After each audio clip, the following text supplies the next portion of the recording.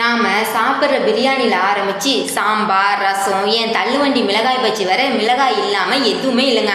ஆனால் உண்மை என்னன்னு தெரியுமா? 500 வருஷத்துக்கு முன்னாடி வரைக்கும் தமிழ்நாட்டுக்கோ இந்தியாவுக்கோ மிளகாய்னா என்னன்னே தெரியாது. மிளகாயோட சொந்த ஊர் அமெரிக்காங்க.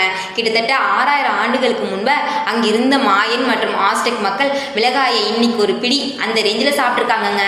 ஆனால் உலகம் முழுவதும் இதை அறிமுகப்படுத்திய பெருமை ஒருத்தரே சேரும். அவர் தான் நம்ம கிறிஸ்டோபர் கொலம்பஸ்.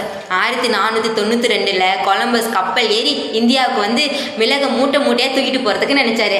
அப்போ அந்த காலத்தில் இப்போ தங்கம் விற்கிது பார்த்தீங்களா, அதே மாதிரி அப்போ மிளகுக்கும் தங்கம் போல மதிப்பு இருந்திருக்கு. கொலம்பஸ் வழி தவறி அமெரிக்கா பக்கம் போய் அங்கே போனவருக்கு தங்கமும் கிடைக்கல மிளகும் கிடைக்கல. அப்போ அவருக்கு இந்த சிவப்பு மிளகாய் தான் கிடைச்சிது. அது பேர் தான் சில்லி பெப்பர். கொலம்பஸ் கண்டுபிடித்த மிளகாயை போர்ச்சுகீசியர்கள் 1498 வாஸ்கோட காமாவோட சேர்ந்து மிளகாயை இந்தியாவுக்கு பயணம் செஞ்சது. அப்போ இந்தியாவில் காரத்திற்காக மிளகும் இஞ்சி மட்டும்தான் பயன்படுத்தியிருக்காங்க.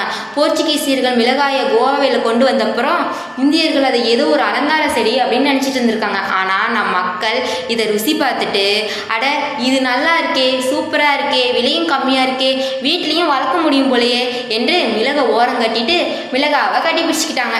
கர்நாடகை சேர்ந்த புகழ்பெற்ற இசைக்கலைஞரும் துறவியுமான புரந்தரதாசர் மிளகாயை பற்றி ஒரு பாடலை பாராட்டி எழுதியிருக்காருன்னா பார்த்துக்கோங்களேன்.